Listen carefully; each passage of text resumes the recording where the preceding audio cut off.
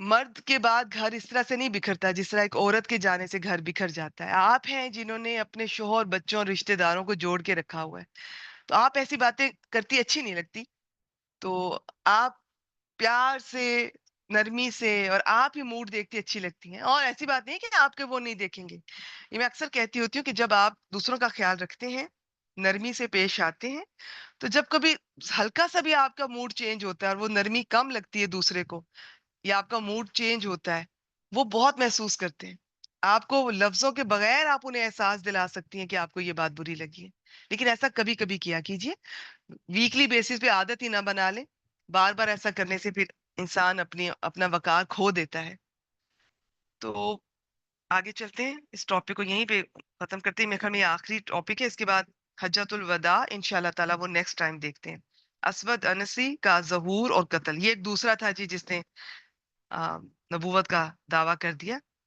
یمن میں امن اور اسلام کی تکمیل ہو چکی تھی، اور اس کے تمام اطراف میں رسول اللہ صلی اللہ علیہ وآلہ وسلم کے امال موجود تھے. اب مسلمانوں کی ٹیم تھی، مسلمانوں کے گورنر تھے سارے وہاں پر، مسلمانوں کے قاضی تھے، کہ اچانک کہف حنان نامی شہر میں 700 جنگجوؤں کے ساتھ اسود انسی ظاہر ہو گیا. وہ اپنی نبوت اور حکومت کا دعوے دار تھا. اس نے آگے بڑھ کر صنعا، یہ تب کیپٹل تھا یمن کا، قبضہ کر لیا. پھر اس کا معاملہ مزید سنگین ہو گیا، اس کا فتنہ سخت اور اس کی حکومت طاقتور ہو گئی. یہاں تک کہ رسول اللہ صلی اللہ علیہ وآلہ وسلم کے امال یہ اشرین کے علاقے میں سمٹ آئے، اور مسلمانوں نے اس کے ساتھ مصلحت سے کام لیا. یہ سلسلہ 3 یا 4 مہینے جاری رہا. پھر حضرت فیروز دیلمی رضی اللہ تعالیٰ عنہ اور ان کے فارسی ساتھیوں نے، جو مسلمان ہو چکے تھے، انہوں نے کوئی چال چلی. فیروز نے اسے قتل کر کے اس کا سر کاٹا اور قلعے کے باہر پھینک دیا. یہ دیکھ کر اس کے ساتھی بھاگ نکلے اور اسلام اور اہل اسلام غالب آ گئے. رسول اللہ صلی اللہ علیہ وآلہ وسلم کے امال اپنے اپنے کاموں پر واپس آ گئے، اور آپ صلی اللہ علیہ وآلہ وسلم کو اس کی اطلاع لکھ کر بھیجی.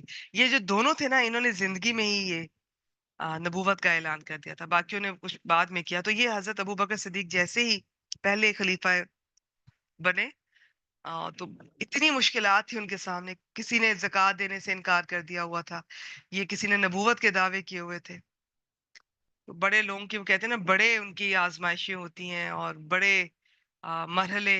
ہم تو چھوٹی چھوٹی باتوں سے گھبرا جاتے ہیں. وہ تو اللہ سے خیر دعا تو کرتے رہنا چاہیے، اللہ تعالیٰ سے عافیت مانگا کریں، آزمائشوں سے پناہ مانگا کریں، اللہ تعالیٰ محفوظ رکھیں. لیکن اگر کوئی تکلیف پہنچتی ہے تو پھر اس پر صبر سے واویلا نہ مچائے انسان.